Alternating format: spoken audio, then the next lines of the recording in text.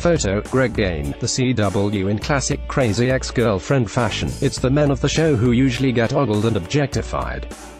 But in Friday's episode, White Josh, David Hull, Nathaniel, Scott Michael Foster, and Josh Cheyenne Vincent Rodriguez 3 perform a Magic Mike-inspired send-up that pushes the joke to its funniest end yet.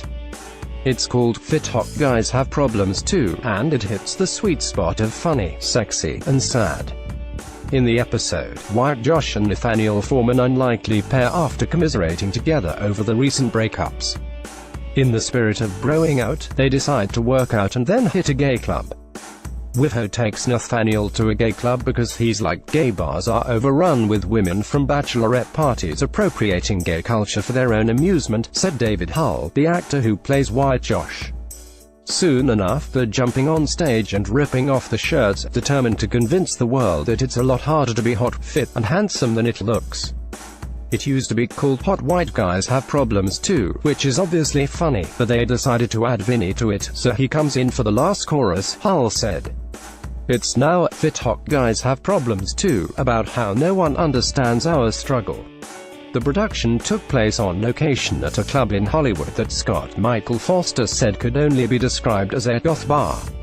There were chains everywhere, open books suspended on filament wires hanging from the ceiling, and evil shit everywhere, he said. I never understood it, but apparently it's a thing. The CXG crew packed the club with around 150 background actors and sent Hull, Foster, and Rodriguez to a spray tanner beforehand. We just go to a stranger's house. She says, jump in the shower and take your clothes off, you'll be in a second and do as you're told, Hull said. I guess people are doing that all the time in this town.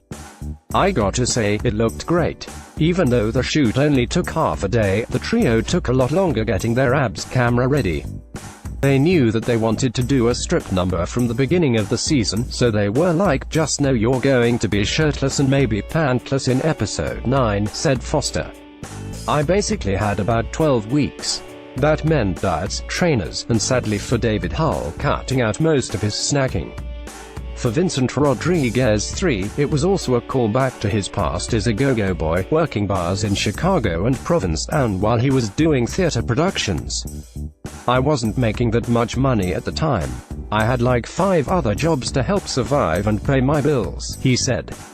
I've been a bartender, and I did the bartending episode.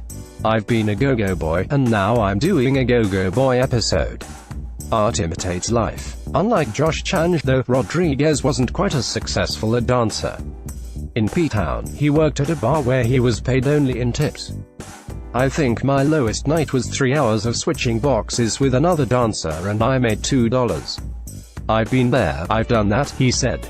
Thankfully, Josh is better at it than I. He obviously made more money doing it.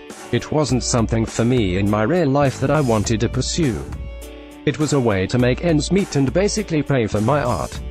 Back on the CXG set, once it was all said and stripped away, showrunner Aileen Brosh McKenna had pizza waiting for each actor when they wrapped for lunch.